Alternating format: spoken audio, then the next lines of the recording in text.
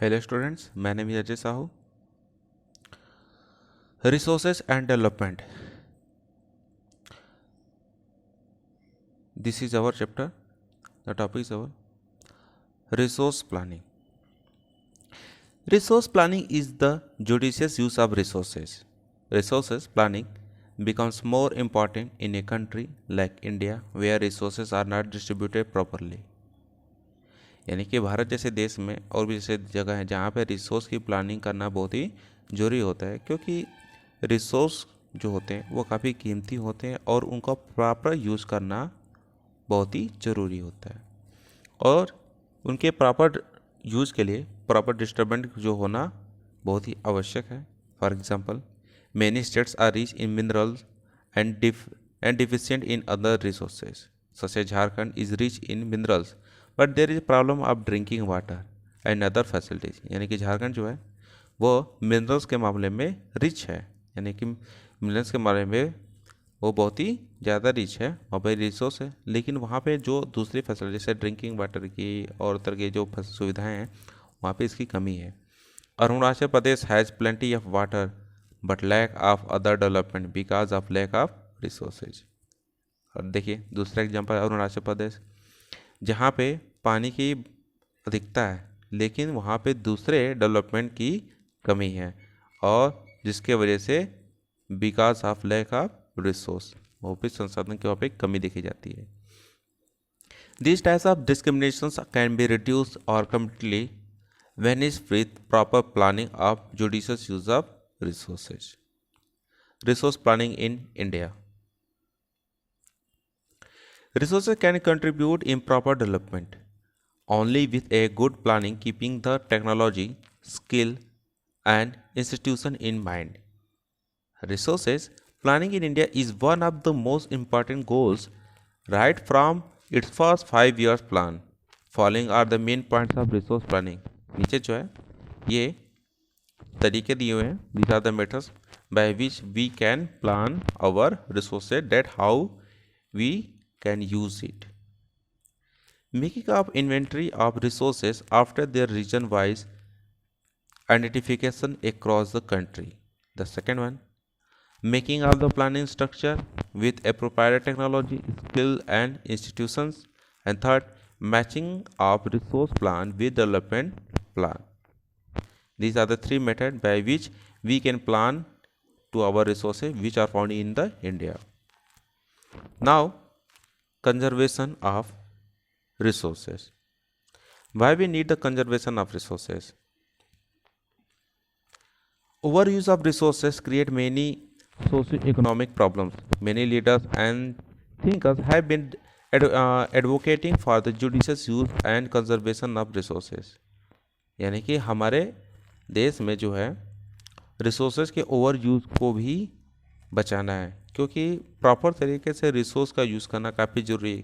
क्योंकि अगर हम ज़्यादा मात्रा में ओवर यूज़ करने लगेंगे तो रिसोर्सेज की कमी हो जाएगी, जिसकी वजह से हमें इसका मैनेजमेंट करना काफ़ी ज़रूरी है.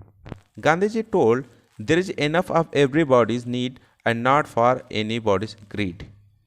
गांधी जी ने क्या कहा था कि हर व्यक्ति के लिए पर्याप्त है लेकिन हर लालची व्यक्ति के लिए पर्याप्त नहीं है. He thought that exploitative nature of modern technology is not the root cause of depletion at global level. He believed in the production by masses and not in the mass production.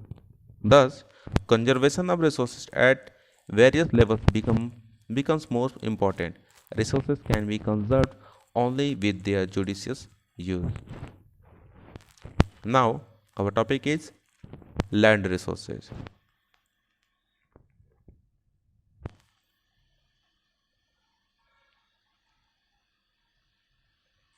What is land resources?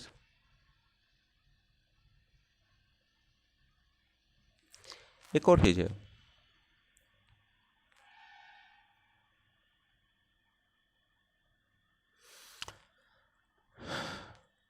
आप उसको जानते ही चलिए.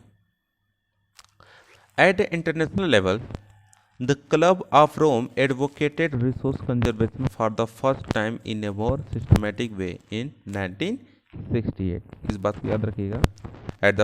At the international level, the Club of Rome advocated resource conservation for the first time in a more systematic way in 1968.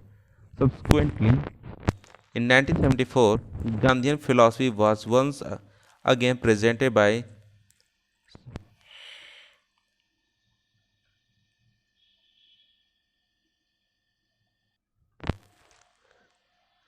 in his book that is given about many things about the conservation of resources. Land resources. Land is one of the most important natural resources. Land supports our life system. Thus, careful planning of use of land resource is necessary. India comprises of many types of land. There are mountain, plateau, plains and island. हमारे भारत का जो geographical condition है वो कई तरह से है, यानी कि यहाँ पे बहुत सारे विभिन्नताएं देखने को मिलती हैं, जिसके आधार पे इसको कई भागों में डिवाइड किया गया है. तो in India, how to we use our land resource? There are the varieties which are found in India. There are mountains, plateau, plains and island.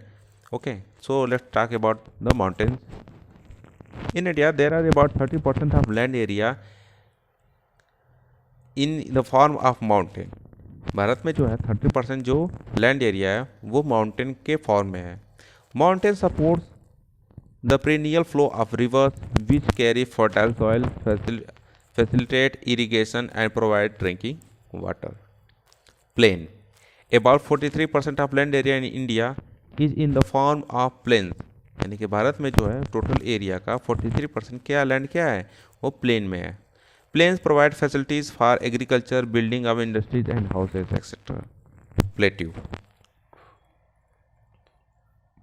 About 27% of land in India is in the form of plateau which provides many types of minerals, fossil fuels and forest.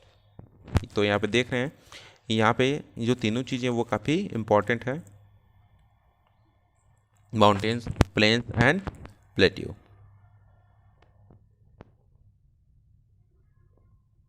चलिए next topic हमारा land utilisation patterns of use of land resources, यानी किस तरीके से land resources का हमें utilisation करना है, जिसके बारे में है.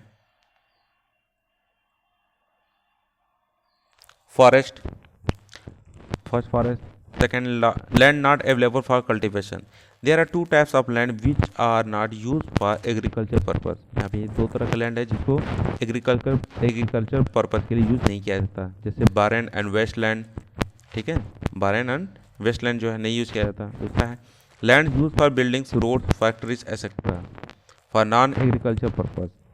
ठीक है, यानी कि जो ज़मीन जो है बिल्डिंग, रोड, फैक्ट्रीज के लिए यूज़ करते हैं उसको एग्रीकल्चर के लिए यूज़ नहीं कर सकते. आप देखते हैं कैसे हम यूज़ करेंगे. फिर हमारा टॉपिक है other cultivated land excluding fallow land. इसमें है permanent pastures and grazing land. फिर land under miscellaneous trees crops grow not include in net sown area. Cultivable waste land जिसमें है left uncultivated for more than 5 agriculture year. और फिर हमारा है fallow land.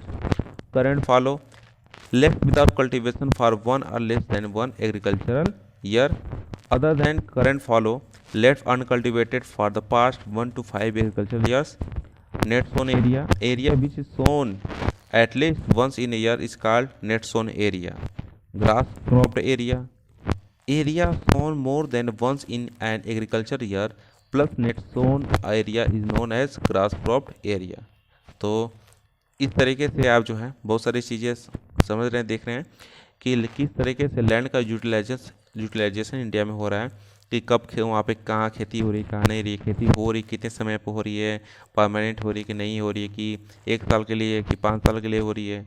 तो ये उसका क्या है, मेजरमेंट है कि जिस तरीके से इंडिया में लैंड का यूटिलाइजेशन हो रहा है. ओके.